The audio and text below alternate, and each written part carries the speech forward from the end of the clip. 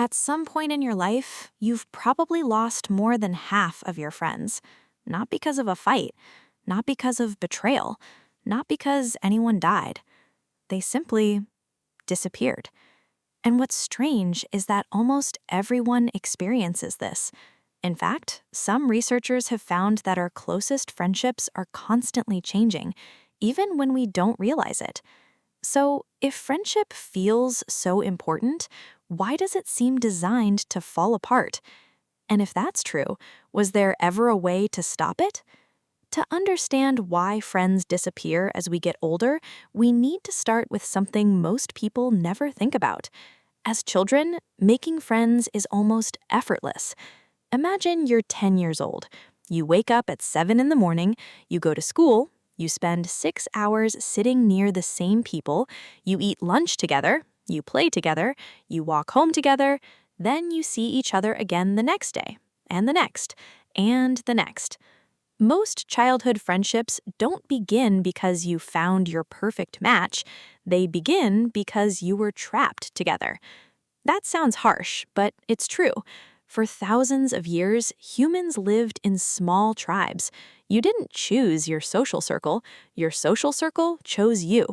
The same people hunted together, worked together, ate together, slept near each other. Survival depended on staying connected. Being isolated wasn't uncomfortable, it was dangerous. A person alone was vulnerable. A person with allies survived.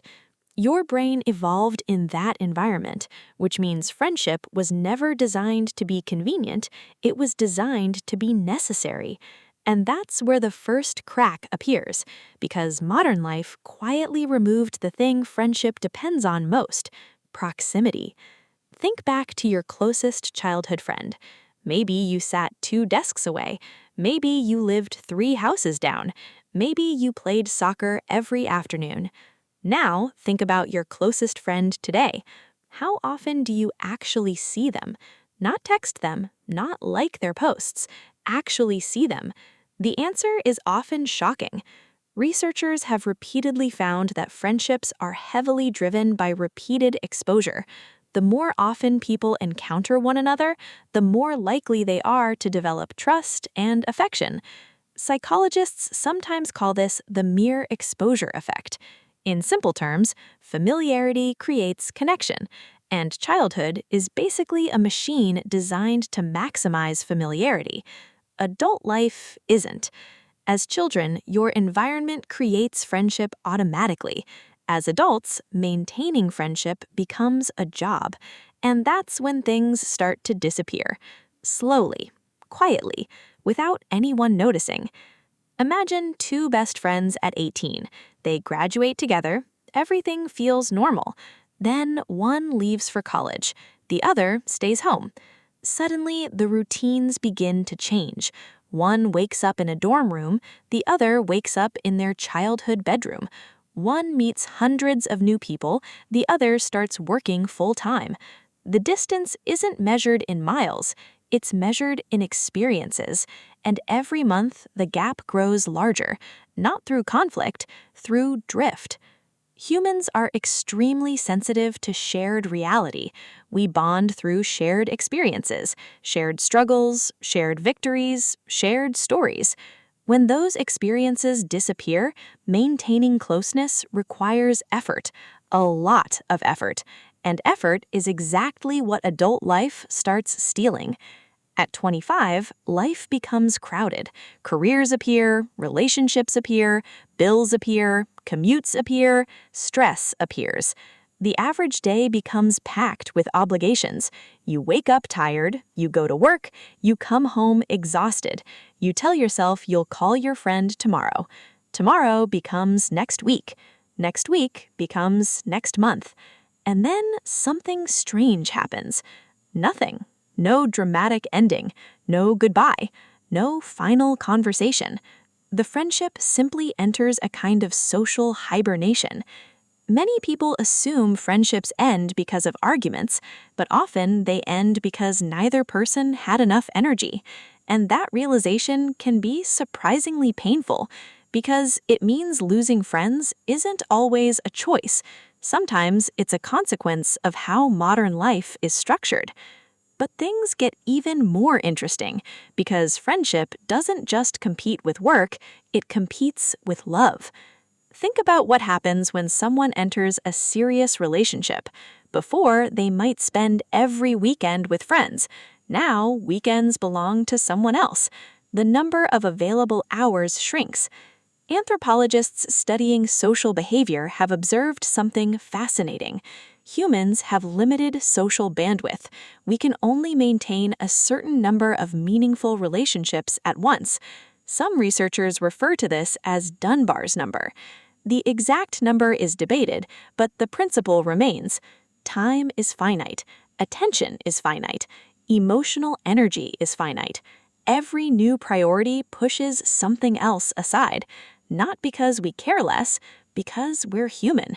And if friendships are already struggling against time, another modern force makes things even harder: technology. At first, this sounds backwards. After all, technology connects us.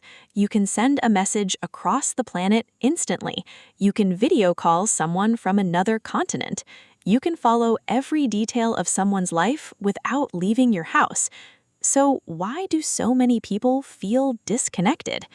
Because connection and closeness are not the same thing. Imagine two scenarios. In the first, you spend 3 hours talking with a friend over dinner.